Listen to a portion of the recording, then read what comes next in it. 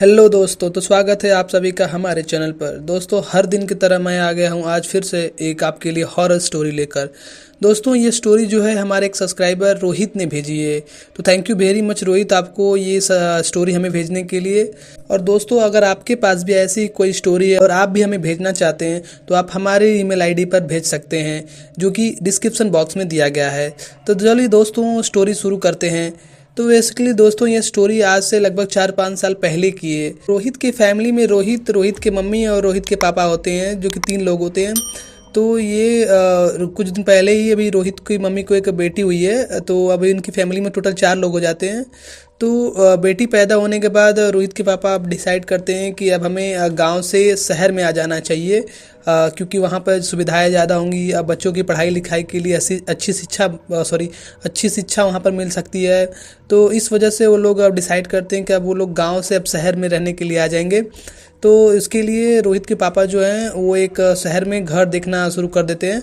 तो घर देखने जब वो जाते हैं तो उनको पहले ही दिन एक घर पसंद आ जाता है, जो कि काफ़ी कम रेट का भी होता है। तो वो घर उनको काफ़ी अच्छा काफ़ी अच्छा लगता है और वो उस घर को ले लेते हैं। तो इसके बाद रोहित की पूरी फैमिली जब जो है अब गांव से शहर में आ गई है, शहर में आकर शिफ्ट हो गई है। और यहाँ पे अब वो लोग सारे लोग रहने लगते हैं नए वाले घर में, शहर में। तो रोहित को भी यहाँ पे काफ़ी ज़्यादा अच्छा लगता है। अब वो गांव से शहर में आ चुका है और शहर के माहौल में अब धीरे धीरे ढलने लगता है रोहित काफ़ी इंजॉय कर रहा होता है शहर में रोहित के कई नए नए दोस्त बन चुके होते हैं। तो एक दिन सारे लोग सोए होते हैं अपने घर में, एक ही कमरे में, रोहित की मम्मी पापा और उनकी छोटी बहन। तो लगभग रात के करीब 12:30 बजे के आसपास उनको एक किसी की आवाज़ सुनाई देती है, चिल्लाने की, जैसे कोई चिल्ला रहा है या फिर किसी को बुला रहा है, कोई हेल्प मदद मांग रहा है, कोई ऐसा आवाज़। तो सारे लोग रात को जग जाते हैं, रोहित के मम्मी पापा और रोहित भी जग जाता है साथ में। तो वो लोग देखते हैं कि यार कौन चिल्ला रहा है, सबको एक ही आवाज़ सुनाई दे रहा है। तो वो लोग फिर सोचते हैं कि हो सकता है कोई चिल्ला रहा होगा, कोई होगा अपना, किसी को बुला रहा होगा। तो फिर सारे लोग सो जाते हैं। तो फिर से 1-2 घंटे के बाद फिर से वही आवाज़ सुनाई देती है, वो उतनी ही तेज़ी से। तो फिर से वो लोग जग जागते हैं। तो वो लोग उठकर फिर बेड से उतर के देखते हैं खिड़की से, तो उनको कोई नहीं दिखाई दे रहा होता है। तो उसके बाद रोहित के जो पापा हैं वो सोचते हैं कि बाहर जाकर मैं देखता हूँ कि कौन चिल्ला रहा है। तो जैसे ही रोहित के पापा दरवाज़ा खोलने वाले होते हैं तो रोहित की मम्मी उनको मना कर देती हैं। वो बोलती हैं कि अभी अपना टाइम देखिए क्या हो रहा है। लगभग घड़ी में 2:30 या 3 बज रहे होते हैं। तो रोहित की मम्मी उनको मना कर देती है बाहर जाने के लिए। तो वो रोहित के पापा भी सोचते हैं कि हो सकता है ये गांव नहीं शहर है और इसमें रात भर लोग आते जाते रहते हैं और थोड़ा पार्टी करके इधर उधर, तो हो सकता है कोई अपना चिल्ला रहा होगा। वो लोग इस चीज़ को इग्नोर करते हैं और सो जाते हैं। फिर अगली सुबह अपना काम में सब लोग लग जाते हैं। रात में किसी के चिल्लाने के सिलसिला ऐसे ही लगा रहता है लगभग 2-4 दिन तक। तो रोहित के पापा जो होते हैं वो परेशान हो जाते हैं आवाज़ को सुन के। तो वो कहते हैं कि अगली सुबह मैं से उस घर में जाकर देखूंगा कि कौन वहाँ पर रहता है या फिर कौन ऐसा आवाज़ निकालता है। तो अगले दिन सुबह क्या होता है कि रोहित के पापा डिसाइड करते हैं जाने के लिए वहाँ उस घर में। जब रोहित के पापा उस घर के पास पहुँचते हैं तो वो देखते हैं कि उस घर के बाहर ताला लगा होता है, घर पूरी तरह से बंद होता है। तो वो इस वजह से वो घर के अंदर नहीं जा पाते हैं। तो की चाबी जो है वो घर जो ओनर रहता है सोसाइटी का, उसके पास ज़रूर होगी। तो वो सोसाइटी के ओनर को कॉल लगाते हैं और उनको ये सारी बातें बताते हैं कि ऐसा ऐसा है कि रात को किसी की रोने की आवाज़ सुनाई देती है हमको कई दिनों से, और ये जो सामने वाला हमारे घर के सामने वाला ही है, उसी घर से आवाज़ आती है। तो वो जो ओनर होता है सोसाइटी का, वो कहता है ठीक है मैं शाम तक आ जाऊँगा चाबी लेकर। तो देखते हैं उस घर में क्या है। तो शाम को वो जो ओनर है वो चाबी लेकर आ जाता है सोसाइटी का, तो उस घर का। तो रोहित के पापा और ओनर होता है और रोहित भी साथ में। रोहित की भी क्यूरियोसिटी होती है जानने के लिए कि ऐसा क्या है उस घर में जिसमें से ऐसे आवाज़ें आती हैं। तो वो तीनों लोग जाने के लिए रेडी हो जाते हैं। तो जो ओनर होता है उस दरवाजे को खोलता है और जैसे ही वो लोग उस घर में एंटर करते हैं, रोहित बताता है कि उसे बहुत अजीब सा महसूस होता है। और जैसे ही वो दरवाजे के थ्रू घर के अंदर एंट्री करते हैं तो उन्हें बहुत ही गंदी बदबू आती है, जैसे कि कोई जानवर मर जाता है, काफ़ी दिन हो जाते हैं तो उससे बदबू आने लगता है। वैसी बहुत गंदी सी बदबू आ रही होती है, जो कि रोहित से बर्दाश्त नहीं हो रहा होता है। तो रोहित कहता है अपने पापा से कि आप लोग जाइए, मैं अंदर नहीं जाऊंगा, मुझे बहुत ही गंदी बदबू आ रही है। तो इस वजह से रोहित वापस चला आता है अपने घर पे, और रोहित के पापा और जो सोसाइटी का ओनर होता है वो दोनों लोग अंदर चले जाते हैं। तो वो लोग अंदर जाकर पूरा घर को देखते हैं, ऊपर नीचे सब छत पे जाकर इधर उधर, लेकिन कोई कहीं कुछ भी नहीं मिलता है, कोई उनको कोई कुछ भी नहीं दिखाई देता है। तो उन्हें लगता है कि हो सकता है ये उनका भ्रम हो रहा होगा, या फिर कोई और आवाज़ निकाल रहा होगा, इससे इस घर में तो कोई रहता ही नहीं है। तो फिर वो लोग वापस अपना चले आते हैं घर को लॉक करके। रोहित के पापा भी अपने घर चले आते हैं। अगले दिन रात को वो लोग सारे लोग सोते हैं, तो उस रात को उन लोगों को कोई भी आवाज़ नहीं सुनाई देती है। तो ये कुछ दिन तक ऐसे ही चलता रहता है। जिस दिन से वो लोग घर में गए होते हैं उस दिन से अब कुछ दिनों तक आवाज़ बिल्कुल ही नहीं सुनाई देती है। तो मैं आपको बता दूं कि जो रोहित के पापा ने जो घर खरीदा हुआ था वो 2 फ्लोर का था, एक ग्राउंड फ्लोर था, एक फर्स्ट फ्लोर था। तो जो रोहित की फैमिली रहती थी वो ग्राउंड फ्लोर पे रहती थी, और जो फर्स्ट फ्लोर था वो लोग रेंट पे दिए हुए थे, एक किराएदार रहता था। एक दिन क्या हुआ कि सुबह के टाइम रोहित के पापा जो नाश्ता करने के लिए बैठे हुए थे, ऊपर से जो किराएदार होता है जिसको रूम को रेंट पे दिए होते हैं, तो किराएदार भागते हुए इनके पास आता है और उनसे कहता है कि मुझे आपसे कुछ बताना है। तो पूछते हैं, हाँ हाँ बोलो क्या बात है, कहो। तो वो बताता है कि जो हम लोग के जो घर के सामने वाला जो रूम है, जो जिस रूम में ये लोग रहते हैं, मतलब जिस घर में ये लोग रहते हैं, उसे जो सामने वाला घर है जो बंद पड़ा रहता है, उस पर रात के टाइम कोई मतलब सफ़ेद रंग के शर्ट पहने हुए व्यक्ति कोई चलता रहता है और टहलता रहता है, थोड़ा आवाज़ें निकालता है कुछ अजीब तरह से। रोहित के पापा उस किराएदार से कहते हैं कि ऐसा कुछ भी नहीं है, मैं उस घर में गया हुआ था, मैंने देखा उस घर में कोई नहीं रहता, तो तुम्हारा भ्रम होगा, ऐसा कुछ भी नहीं है। तो वो कहता है नहीं, हमने उसको देखा है, उसके जो पैर है वो उल्टे हैं और वो टहलता रहता है, उस पर चलता रहता है और तरह तरह की आवाज़ें निकालता है। तो वो ये रोहित के पापा इस बात को नहीं मानने को तैयार होते हैं। तो वो बोलता है जो किराएदार कि अगर आपको विश्वास नहीं हो रहा है तो हमने उसको रिकॉर्डिंग भी किया है, पूरी मतलब वीडियो बनाया उसका। तो वो कहते हैं ठीक है दिखाओ मुझे। तो वो वीडियो वो रोहित के पापा को वीडियो दिखाता है। तो उस वीडियो में देखते हैं रोहित के पापा कि हाँ कोई है जो चल रहा है, इधर उधर टहल रहा है, बट वो क्लियर वीडियो नहीं था, कोई HD क्वालिटी का ऐसा कुछ, मतलब धुंधला वीडियो था, क्लियर पूरा वीडियो नहीं था। लेकिन इसमें उस व्यक्ति का चेहरा ऐसा कुछ नहीं फील हो रहा था, लेकिन ऐसा था कि उसमें कोई चल रहा है, टहल रहा है। लेकिन वो उस रोहित के पापा को लगता है कि वो तो उस घर में देख कर आया तो कोई नहीं था। तो रोहित के पापा को भी ये बात बहुत अजीब सी लगती है। रोहित के पापा कहते हैं सो किराएदार से कि ठीक है मैं देखता हूँ इसके बारे में।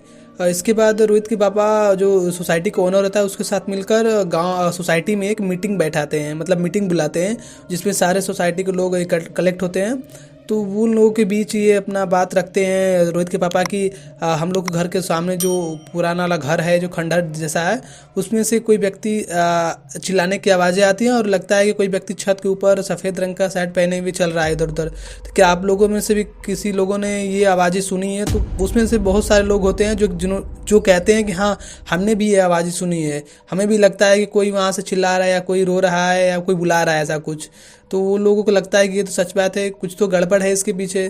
तो वो लोग, लेकिन अभी कोई प्रूफ नहीं था उतना, तो इसके लिए वो लोग अपना एक डिसीजन बनाते हैं कि इसके लिए जानने के लिए कि वहाँ पे कौन रहता है या फिर कोई शरारत कर रहा है या सच में कुछ है वहाँ पे। तो उसके लिए वो लोग कैमरा लगाने के डिसीजन करते हैं कि वो जो घर है उसके चारों तरफ से कैमरा लगा दिया जाए ताकि रात को देखेंगे कि कौन आता है या फिर कौन ऐसा आवाज़ें निकालता है। तो सोसाइटी वालों ने अपने प्लान के अकॉर्डिंग उस घर के चारों तरफ कैमरा लगा देते हैं और उसके बाद कैमरा लगाने के 2-3 दिन बीत जाते हैं, कुछ पता नहीं चलता है। तो एक दिन रोहित के पापा दिन सुबह के टाइम में अपने घर पे चाय पी रहे होते हैं और रोहित भी साथ में उनके साथ बैठा होता है। तभी उनके दरवाजे पे कोई बहुत तेज़ी से भागता हुआ आता है और दरवाजे को खटखटाने लगता है। तो जो भागते हुए आ रहा था वो वही व्यक्ति होता है जिसके घर में जो पूरा कैमरा का जो सिस्टम होता है सेटअप हुआ था। उसके घर में जो बड़ा सा स्क्रीन था, जो मतलब कैमरे की जितनी भी रिकॉर्डिंग थी उसी के घर में वो लगी हुई थी, मतलब तो वही दरवाजे को खटखटा रहता है। तो बहुत तेज़ी से घबराए हुए होता है। तो रोहित के पापा आते हैं तो उसके दरवाजे को खोलते हैं और पूछते हैं क्या बात है। तो बहुत तेज़ी से घबरा रहा होता है और बोलता है कि मुझे कुछ आपको दिखाना है, बहुत ज़रूरी है। तो रोहित के पापा कहते हैं ठीक है पहले बैठो, आओ बैठो। वो लोग रोहित के पापा उसको पानी पीने के लिए पानी देते हैं। उसके बाद पीने के बाद थोड़ा शांत होता है और तो उसके बाद वो पूरी वीडियो दिखाता है। तो वो देखते हैं उस वीडियो में सच में कोई छत पे जो है टहल रहा होता है। उसका मतलब वो दिखाई नहीं दे रहा था लेकिन उसके पैरों के निशान दिखाई दे रहे थे बिल्कुल साफ साफ। तो उन्हें ये यकीन हो जाता है कि हो न हो ये तो कुछ है। उसके बाद रोहित के पापा फिर से सोसाइटी में मीटिंग बुलाते हैं, लेकिन इस मीटिंग में सारे लोग इकट्ठा नहीं हो पाते हैं क्योंकि कुछ लोग अपने जॉब पे गए होते हैं, कुछ लोग काम से बाहर गए होते हैं। तो जो लोग भी इकट्ठा होते हैं तो वो लोग अपना डिसाइड करते हैं कि इस घर में कुछ है जो सबको मतलब परेशान कर रहा है, सॉरी, जो तरह तरह की आवाज़ें निकाल रहा है, तो इसको ठीक करने के लिए हमें कुछ करना होगा। तो सारे लोग डिसीजन बनाते हैं कि हमें इसके बारे में पंडित से बात करना पड़ेगा, वही इसके बारे में कुछ कर सकते हैं। तो वो लोग पंडित जी को बुलाते हैं और उनको ये सारी बातें बताते हैं कि ऐसा ऐसा है। तो पंडित जी कहते हैं कि ठीक है, मैं इसे सही कर दूंगा, मुझे एक यज्ञ करवाना होगा। तो कहते हैं ठीक है, आप जो जैसा करना है आप करिए और ये सही कर दीजिए। तो पंडित जी एक यज्ञ करते हैं अगले दिन। तो यज्ञ करने के बाद यज्ञ जब पूरा हो जाता है तो पंडित जी कहते हैं अब सब कुछ सही है, अब कोई दिक्कत नहीं होगा और कोई भी आपको आवाज़ें या ऐसा कोई भी कुछ भी दिखाई नहीं देगा। तो लोग कहते हैं ठीक है और कोई बात नहीं, अच्छी आप जो कर रहे हैं तो अच्छी बात है, अगर ऐसा कुछ नहीं होगा तो फिर पंडित जी अपना चले जाते हैं। घर में हवन किए हुए लगभग 1-2 महीने हो गए थे, सब कुछ अच्छा चल रहा होता है, किसी को कोई दिक्कत नहीं हो रहा था। तब एक रात को सारे लोग सोए होते हैं, रोहित की फैमिली। रोहित का ऊपर वाला जो किराएदार होता है वो रात के टाइम ही भागते हुए आता है और रोहित का जो घर मतलब रोहित का दरवाज़ा खटखटाने लगता है काफ़ी तेज़ी से। वो बहुत ज़्यादा घबराए हुए होता है। तो जब वो दरवाजे के खटखटाहट की आवाज़ सुनकर रोहित के पापा, मम्मी और साथ में रोहित मतलब तीनों लोग जग जाते हैं। तो वो लोग रोहित के पापा पूछते हैं कि क्या बात है, क्यों दरवाज़ा खटखटा रहे हैं आप। तो बताते हैं जो कल तक सामने वाले घर पे भूत चल रहा था वो अब हम लोग के घर पे आके छत पे चल रहा है। तो रोहित के पापा सुनते ही चौंक जाते हैं और वो कहते हैं पूरी बात बताओ हमें। तो वो बताता है कि जब हम लोग सोए हुए थे रात के समय तो हमारे छत के ऊपर से किसी की चलने की आवाज़ आ रही होती है। तो हम सोचते हैं कौन चल रहा है, तो फिर मैं छत पे जाकर देखता हूँ कि तो वहाँ पे कोई नहीं होता है और फिर मैं वापस आता हूँ। तो मुझे लगता है कि ऐसा ही होगा, लेकिन मैं दोबारा से फिर से छत पे गया और मेरी पत्नी जो है वो घर में रूम में ही थी। तब भी मेरे छत पे देख रहा था तो वहाँ पे कोई भी नहीं था, लेकिन घर में जो रूम में आवाज़ें आ रही थी चलने की। रोहित के पापा को पूरी तरह से यकीन नहीं हो रहा होता है। तो वो कहते हैं कि ऐसा है कि आप लोग आज रात तक भर इसी रूम में सो जाइए और हम कल सुबह देखेंगे कि क्या करते हैं। अगले दिन डिसीजन बनाते हैं कि रोहित की मम्मी और पापा और जो किराएदार दोनों लोग उसी फर्स्ट फ्लोर पे ही सोएंगे रात के समय। तो रात के समय वैसा ही वो लोग करते हैं। तो बता दो कि जो फर्स्ट फ्लोर था उसमें 2 रूम थे। तो एक रूम में रोहित की मम्मी और पापा सोए थे और दूसरे वाले रूम में जो किराएदार सोए थे। तो वो लोग बेसिकली सोए थोड़ी थे, वो लोग तो जानना चाहते थे कि क्या सच में ऊपर कोई चलता है या टहलने की आवाज़ आती है। तो वो लोग रात को अपना जगे हुए थे। तो रात जैसे ही 12:30 बजे के आसपास टाइम हुआ तो उनको चलने की आवाज़ें सुनाई देने लगी। वो जो किराएदार था रोहित के पापा के पास भागते हुए आता है और कहता है क्या आपने भी आवाज़ें सुनी ना। तो वो कहते हैं हाँ मैंने भी वो चलने की आवाज़ें सुनी हुई है। तो दोनों लोग क्या करते हैं कि दोनों लोग छत पे जाने का डिसीजन करते हैं। तो रोहित के पापा और वो जो किराएदार होता है वो दोनों लोग छत पे जाते हैं देखने के लिए कि कौन ऊपर है या कोई दिखाई दे रहा है, कौन चल रहा है। तो ऊपर तो कोई नहीं होता है और फिर भी नीचे आवाज़ें चलने की आ ही रही होती हैं। तो रोहित के पापा समझ जाते हैं कि हो न हो ये तो कुछ गड़बड़ ही है। तो कहते हैं कि ठीक है, मैं इसके बारे में अब तो क्या कर सकता हूँ, इस समय सुबह देखूंगा कि क्या करना है। तो उसके बाद वो सारे लोग किसी तरह अपना रात बिताते हैं और ये दिन सुबह के टाइम रोहित के पापा अपना बैठकर नाश्ता कर रहे होते हैं। तभी जो किराएदार आता है वो रोहित के पापा से कहता है कि आप अच्छे लोग हैं, ठीक है मैं मानता हूँ, लेकिन जो आपका जो घर है वो सही नहीं है, इस वजह से मैं इस घर को छोड़ रहा हूँ, मैं इस घर में नहीं रहूँगा। उसके बाद वो किराएदार अपना सारा सामान पैक करता है और इस घर को छोड़कर चला जाता है। तो इस वजह से रोहित के पापा और रोहित की मम्मी को बहुत बुरा लगता है और वो लोग जिस पंडित जी ने ये हवन और यज्ञ किया था लोग उन पंडित जी को बुलाते हैं। जब पंडित जी आते हैं तो वो रोहित के पापा सारी बात उनको बताते हैं, जो भी अपना फ्रस्ट्रेशन था उनके ऊपर पूरा निकाल देते हैं कि मैंने आप पे विश्वास किया था, भरोसा किया था कि यह सब कुछ सही कर देंगे, फिर भी सही कुछ नहीं सही हुआ, सब वैसे का वैसा ही है। वो भूत जो सामने पहले आवाज़ निकालता था सामने वाले घर पे रहता था वो हम लोग के घर पे अब आ गया है। वो तरह तरह की आवाज़ें निकालता है और चलता है रात के टाइम, सुबह रात के समय पे चलता है, हम लोग के घर के ऊपर चलने की आवाज़ें आती हैं। तो इस तरह वो अपना जो भी था सब निकाल देते हैं। तो जो पंडित जी होते हैं वो कहते हैं कि घबराइए नहीं, आपने हमारे ऊपर भरोसा किया है तो मैं आपको यकीन दिलाता हूँ कि सब सही हो जाएगा, इस बार कुछ गड़बड़ नहीं होगा। पंडित जी इस बार एक बड़ा यज्ञ करते हैं फिर से और उसके बाद ये जो यज्ञ होता है वो लगभग सुबह से लेकर पूरा शाम तक दिन भर तक चलता है ये यज्ञ। इसमें तरह तरह की पूजा की जाती हैं तो उसके बाद पूजा जब शाम को संपूर्ण हो जाती है तो पंडित जी कहते हैं कि अब आपको कुछ नहीं होगा, आपको कोई चीज़ दिखाई नहीं देगी, अब सब कुछ सही हो जाएगा, या आप मेरा यकीन करिए। तो रोहित के मम्मी पापा कहते हैं ठीक है, मैं अगर आप कह रहे हो तो मैं मानता हूँ, बाकी का जो आगे ही देखेंगे कि अब सही रहेगा कि क्या होगा। तो इसके बाद फिर से पंडित जी अपना वापस चले जाते हैं और ये लोग अपने घर में फिर से रहने लगते हैं। लगभग 2-3 महीने बीत चुके हैं। अब जो समय हो चुका है लगभग रोहित को शहर में आए हुए, और अब ये दोनों बीच का समय लगभग 2 साल बीत चुका होगा। तो अब क्या होता है कि रोहित के पापा और रोहित एक अलग कमरे में सोते थे, और रोहित की मम्मी और उसकी बहन एक अलग कमरे में, दोनों लोग अलग अलग कमरों में सोते थे। तो एक दिन रात को दोनों लोग ऐसे ही सोए हुए थे, रोहित के पापा और रोहित एक कमरे में सोए हुए थे। तो रोहित को रात के समय नींद खुल जाती है, तो उसे एक प्यास लगी हुई थे। तो रोहित पानी पीने के लिए किचन में जाता है, और वहाँ पे किचन में से पानी पीने के बाद रोहित वापस आ रहा होता है। तो जैसे ही रोहित वापस आ रहा होता है, वो देखता है कि उसके पापा जो हैं वो हवा में उड़ रहे हैं, ऐसे मतलब जैसे कि बिस्तर पे जो सोए हुए थे वो सोए ही हुए थे, लेकिन वो हवा में ऊंचाई में जैसे तैर रहे हैं हवा में, ऐसा कुछ। तो ये देखकर रोहित चौंक जाता है, वो चिल्लाता है बहुत जोर से और भागते हुए अपने पापा के पास आता है और पापा को बुलाने लगता है, डैड डैड करने लगता है। तो जैसे ही रोहित के पापा को वो छूता है, उनको हिलाता है जगाने के लिए रोहित अपने पापा को, वो धड़ाम से मतलब बिस्तर पे गिर जाते हैं, मतलब जैसे कि ऊंचाई में है तो वो थोड़ा बिस्तर पे नीचे धड़ से गिर जाते हैं। उसके बाद रोहित के पापा की नींद खुल जाती है, तो रोहित पूरा रोने लगता है और उनको सारी बात बताता है कि आप हवा में तैर रहे थे, ऐसा कुछ, जो भी रोहित दिखा था वो सारी बातें बताता है। तो इस बार क्या होता है कि रोहित के पापा को ये नहीं था कि उनको विश्वास नहीं रहा, वो इस चीज़ को मान लेते हैं, क्योंकि पहले भी घर में ऐसे बहुत सारी एक्टिविटीज़ हो रही थी और पहले भी उनको पता है कि घर में कोई है या रहता था, तो इसके वजह से वो चीज़ को मानते हैं। तो रोहित को सुबह होता है, तो रोहित के मम्मी पापा आप सारे लोग डिसाइड करते हैं कि अब ये जो है पूजा या यज्ञ या हवन कराने से कुछ नहीं होने वाला है, अब कुछ वैसा का वैसा ही है।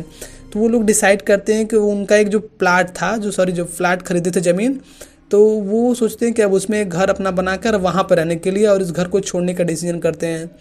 तो वो अपने जो प्लाट था उसमें काम लगा देते हैं, मतलब घर बनाने का सिस्टम शुरू कर देते हैं। अब उनका घर बनने लगता है नया वाला। तो घर लगभग बन ही चुका था कि तभी अचानक से ही कोविड के फर्स्ट वाले लहर के वजह से लॉकडाउन लग जाता है, जिसके वजह से अब सारा काम बंद हो जाता है। नौकर वगैरह जो भी लेबर वगैरह थे वो सब आना बंद कर देते हैं। घर लगभग पूरा ही बन चुका था, लेकिन और भी उसमें कुछ काम था जो बाकी रह गया था, जिसके लॉकडाउन की वजह से सारा का सारा काम रुक गया था। अब ये बहुत बड़ा प्रॉब्लम था इन लोगों के लिए, और लॉकडाउन की वजह से कहीं ये लोग बाहर भी नहीं जा सकते थे। तो एट द एंड इन लोगों को अब उसी घर में रहना पड़ रहा था। तो अब उनको इस घर में रहते रहते लगभग 2-3 साल हो चुके थे। लेकिन इसमें एक चीज़ खास बात थी कि जो भी वो थी, आत्मा थी, भूत था, जो भी था, लेकिन अभी तक वो आत्मा भूत ने इन लोगों को कोई मतलब नुकसान नहीं पहुंचाया था। वो बस इन लोगों को डराता था या फिर रहता था ऐसा। उन लोगों को ऐसा लग रहा था कि इस घर में रहते रहते हुए आदत सी हो गई है। अब उन लोगों को उतना डर भी फील नहीं होता था, जैसे कि होता है ना, नया नया शुरू में रहता है कोई, तो उसको बहुत ज़्यादा डर लगता है। लेकिन अब उन लोगों को समझ में ही आ रहा था कि ये तो अब इसी घर में ही है, कोई न कोई उनके साथ रह ही रहा है। तो उस वजह से धीरे धीरे उन लोगों का जो डर था वो भी धीरे धीरे ख़त्म हो चुका था। तो अब क्या होता है, कुछ दिन ऐसे ऐसे बीतते चले जाते हैं। इसके बाद से फिर कोविड के सेकेंड वाले फेज़ में जो था उतने सारे फाउंडेशन नहीं थे, तो इसमें क्या है कि और थोड़ा बहुत काम चलता था। तो इसमें क्या था कि जो लेबर वगैरह थे वो धीरे धीरे करके आने लगे थे। तो वो सेकेंड वाले फेज़ में जो उनका घर का प्रोसेस बनने का प्रोसेस था वो फिर से चालू हो गया। तो इस बार उनका पूरा घर बन जाता है, घर बनकर तैयार हो जाता है। तो रोहित की फैमिली वाले इस घर को छोड़ने का डिसीजन लेते हैं और उस नए वाले घर में शिफ्ट होने के लिए अब जाते हैं। तो ये लोग अपना सारा सामान पैक करके अब घर से निकल जाते हैं। ये लोग अपना घर छोड़ रहे थे। तो रोहित को बहुत बुरा लग रहा था, क्योंकि रोहित को इस घर से काफ़ी ज़्यादा लगाव हो चुका था। और जब वो इस घर को छोड़ रहा था तो वो उसकी यादें बहुत ज़्यादा इससे जुड़ चुकी थी, क्योंकि काफ़ी लंबे समय से इसमें घर में रहता था। तो रोहित अपने घर को छोड़कर जा रहा था। तो रोहित घर से बाहर निकलने के बाद अपने आखिरी बार अपने घर को तरफ मुड़कर देखता है, तो उसे वो देखता है कि जो घर की फर्स्ट फ्लोर वाला जो विंडो था उसके पास उसे एक छाया दिखाई देती है। वो छाया ऐसा था जैसे कोई सफ़ेद रंग का कपड़ा पहने हुए कोई व्यक्ति खड़ा हो और उस बालकनी का हाथ रखे हुए खड़ा हो। तो इसे जो कि रोहित को पूरे क्लियर दिखाई दे रहा था। ये उसे देखकर रोहित को कोई डर है जैसा ऐसा कुछ फीलिंग नहीं हो रहा था। तो वो बस ऐसा लग रहा था कि वो जो भी था, भूत था, आत्मा था, बस वो चाहता था कि वो अपने घर में अकेले रहे और वो उसके घर में कोई ना रहे या उसे किसी और से कोई मतलब नहीं है, वो किसी को नुकसान नहीं पहुंचाना चाहता था। तो बहुत सारे ऐसे होते हैं, कुछ आत्माएं या कुछ भूत ऐसे होते हैं जो थोड़े डेविल टाइप होते हैं, और कुछ होते हैं जो अच्छे होते हैं, उनको किसी से कोई मतलब नहीं होता, वो अपना शांति से रहना चाहते हैं। तो ज़रूरी नहीं है कि सारे लोग ऐसे होते हैं, लेकिन कुछ कुछ होते हैं वैसे, और कुछ लोग अच्छे भी होते हैं। इसके बाद रोहित के फैमिली वाले घर को छोड़कर वापस अपने नए घर में शिफ्ट हो जाते हैं और यहाँ पर अच्छे से रहने लगते हैं। उसके बाद उन्हें अभी तक कोई भी कुछ भी परेशानी नहीं हुआ, ना ही उन्हें कुछ ऐसा चीज़ें देखने के लिए मिले। यहाँ पे वो लोग शांति से और अच्छे से सुखी से रह रहे होते हैं। तो ये थी आज की रोहित की स्टोरी और रोहित का अपना खुद का एक्सपीरियंस। तो दोस्तों, अगर ऐसी भी है, ऐसी ही स्टोरी आपके पास भी है तो और आप भी हमें भेजना चाहते हैं तो आप हमारे जीमेल आईडी पर जाकर भेज सकते हैं, जो कि डिस्क्रिप्शन बॉक्स में नीचे दिया गया है। तो दोस्तों, ये स्टोरी आपको कैसी लगी हमें कमेंट में ज़रूर बताइएगा। और अगर आप हमारे चैनल पर अभी तक नए हैं और अभी तक आपने हमारे चैनल को सब्सक्राइब नहीं किया है तो जाकर हमारे चैनल को सब्सक्राइब कर लीजिए और उस बेल आइकन को भी दबा दीजिए, ताकि जब भी हम आपको ऐसी स्टोरी अपलोड करें तो उसका नोटिफिकेशन आपके पास सबसे पहले पहुंचेगा। तो चलिए दोस्तों, हम मिलते हैं फिर किसी अगली स्टोरी में। तब तक के लिए गुड बाय एंड ख्याल रखिएगा अपना।